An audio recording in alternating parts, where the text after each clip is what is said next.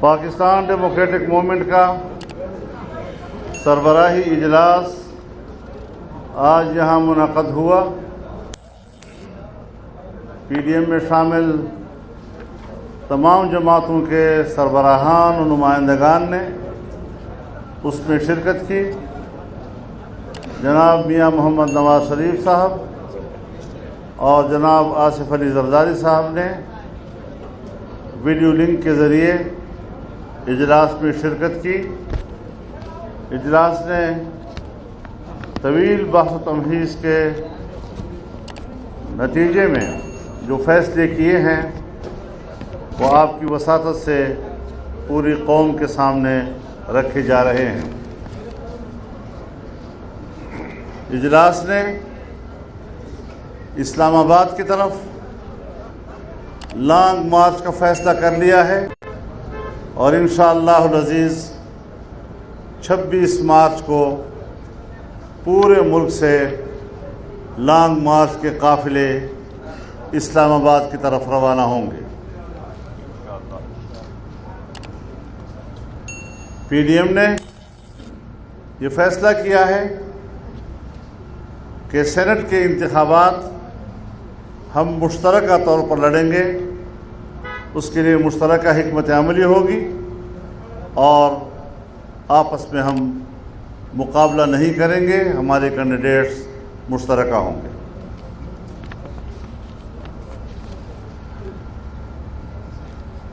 Saint کے انتخابات سے متعلق حکومت کی مجوزہ آئینی ترمیم کو پی ڈی ایم نے مسترد کر دیا ہے۔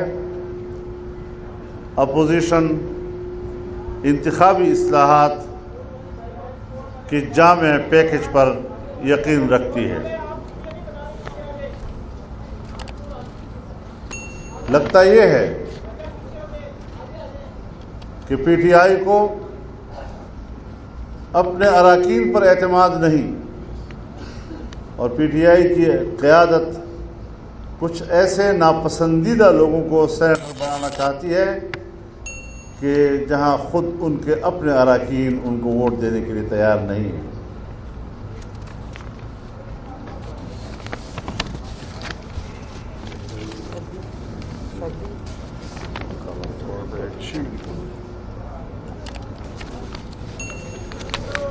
مہنگائی کے حوالے سے پی ڈی ایم نے فیصلہ کیا کہ بجلی، گیس، پیٹرولیم اور خوردنوش کے اشیاء میں ہوش ربا مہنگائی نے عوام کی زندگی کو مشکل بنا دیا ہے۔ ہم عوام کے ساتھ شانہ بشانہ کھڑے رہیں گے اور مہنگائی کے خاتمے اور مہنگائی کے ذمہ دار ان ناجائز حکمرانوں کے خلاف عام آدمی کے شانہ بشانہ کھڑے ہو کر ان کو ان مشکل حالات سے نکالنے میں ہر قربانی دینے کے لیے تیار رہیں گے۔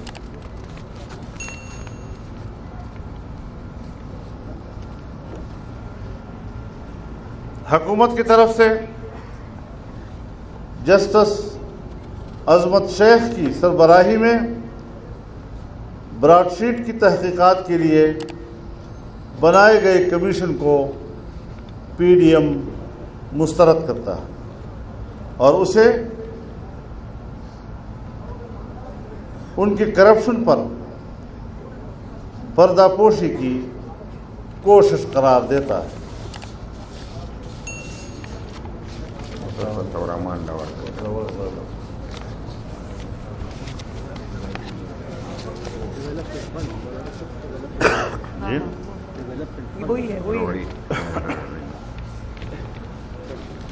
آج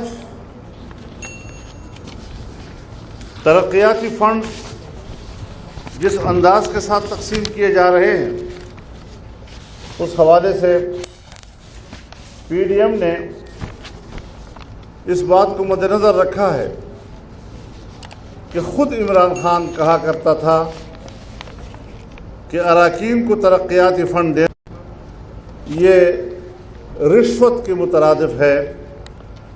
آج جب سپریم کورٹ کے ججز نے اس کا از خود نوٹس لے لیا ہے تو اسے فوری طور پر اراکین میں رشوت کے طور پر ترقیاتی فنڈ تقسیم کرنے سے روکا جائے۔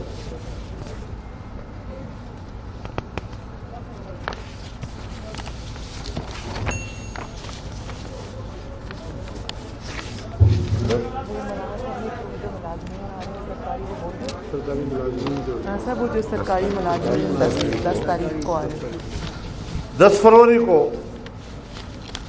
سرکاری ملازمین اپنا احتجاج لے کر اسلام آباد کی طرف آ رہے ہیں۔ سرکاری ملازمین اور ہر شعبہ زندگی سے وابستہ متاثرین کے احتجاج میں پی ڈی ایم ان کے ساتھ شانہ بشانہ رہے گا اور ہر احتجاج میں ان کی مکمل حمایت اور تائید کرے گا۔ ہم ان کے ساتھ برابر کے شانہ بشانہ کھڑے رہیں گے۔ اسی طریقے سے فارن فنڈنگ کیس میں اسٹیٹ بینک آف پاکستان نے جو 23 اکاؤنٹس بتائے ہیں اور جس میں 18 کو اب تک چھپایا جا رہا ہے، اس حوالے سے جو ڈرامہ اس نے رچایا کہ اس کا کھلا ٹرائل کیا جائے، وہ ایک ڈرامہ تھا، اس کی کوئی حیثیت نہیں، اور اس بنیاد پر اسے صادق اور امین اب نہیں کہا جا سکتا۔ اس کی حکومت کو کالعدم قرار دیا جا سکتا ہے، اور اس سلسلے میں فوری طور پر فیصلہ دینا ہی انصاف کا تقاضا ہے۔ اگر اس میں تاخیر کی جاتی ہے تو اس کا معنی انصاف کو قتل کرنے کے مترادف ہوگا۔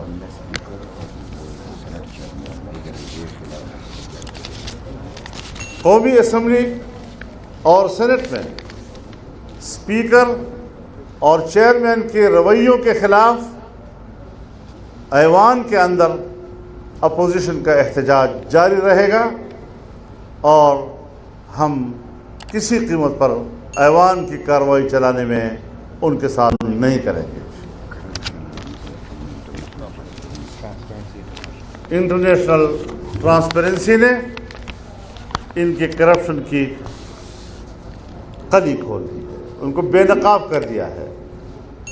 ساری دنیا کو چور چور کہنے والا، ساری دنیا کو کرپٹ کہنے والا، آج پاکستان کی تاریخ میں سب سے بڑا کرپٹ ثابت ہوا ہے۔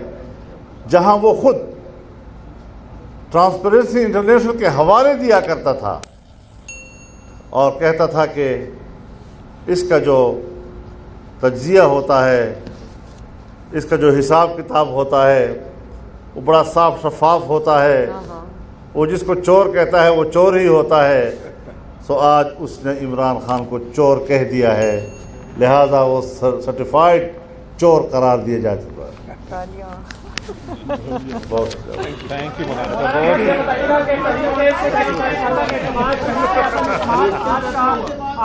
ہاں دیکھیے، میں گزارش کروں، کیا بلاول صاحب آپ کو قائم کرنے میں ناکام رہے؟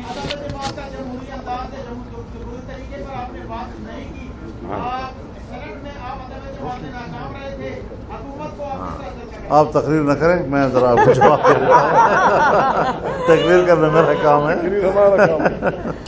دیکھیے، اس حوالے سے چونکہ آپ کو سب کو معلوم ہے کہ سینٹ کا الیکشن ہم نے کرنے کا فیصلہ کیا ہے، اور اس سلسلے میں ابھی ہم جب تک سینٹ کا الیکشن مکمل نہیں ہوتا اس حوالے سے حتمی فیصلہ ابھی نہیں کریں گے۔ سینٹ کا الیکشن ہونے دیں، پھر دوبارہ ہم بیٹھتے ہیں۔ اور کشمیر 5 فروری کو کل ہم کشمیر پہنچ رہے ہیں۔ کل 5 فروری ہے، اور پی ڈی ایم کی قیادت کل انشاءاللہ مظفر آباد میں جلسہ عام کرے گی، اور کشمیریوں کے ساتھ یکجہتی کا مظاہرہ کیا جائے گا۔ یہ بات واضح رہے کہ ہماری پاکستانی قوم کی روایات ہیں کہ وہ ہمیشہ 5 فروری کو کشمیریوں کے ساتھ بطور یکجہتی کے منایا کرتی ہے، لیکن اس وقت صورتحال یہ ہے کہ کشمیر کو بیچ دیا گیا ہے، اور جہاں پر آج کشمیریوں پر مظالم ہو رہے ہیں، کشمیریوں کی خصوصی حیثیت ختم کر دی گئی ہے، اس احتجاج میں ہم کشمیریوں کے شانہ بشانہ رہیں گے اور یکجہتی کا اظہار کریں گے۔ ایک ایک کر کے جناب والا ایسا سوال کریں کہ جس کو آپ مجھے پتہ چلے کہ آپ صرف خبر بنانے کے لیے نہیں کر رہے ہیں، اپنی سنجیدگی۔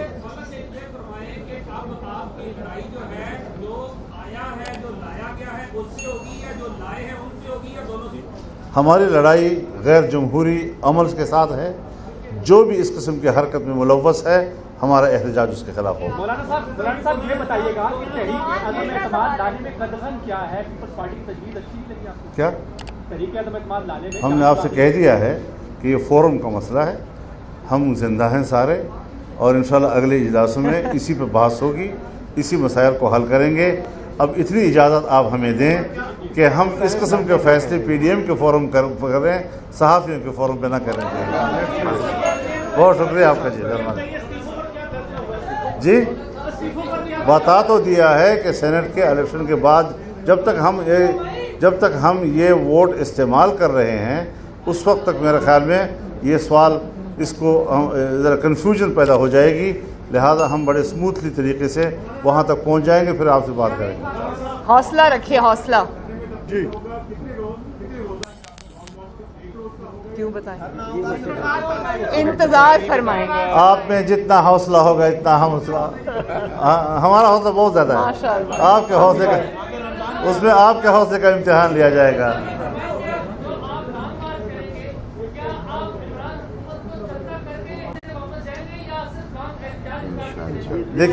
دیکھیے مقصد تو یہی ہے کہ ہم ایک ناجائز اور نااہل حکومت سے قوم کو آزادی دلائیں، اور جو اس کا ووٹ چوری کیا گیا ہے وہ امانت ہم قوم کو واپس کر لیں اور اس میں کامیاب ہو جائیں۔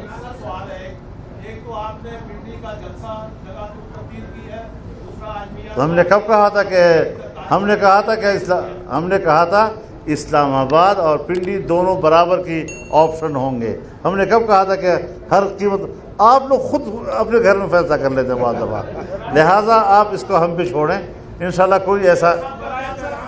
جی میاں صاحب کا یہی پیغام تھا کہ آل از ویل انشاءاللہ۔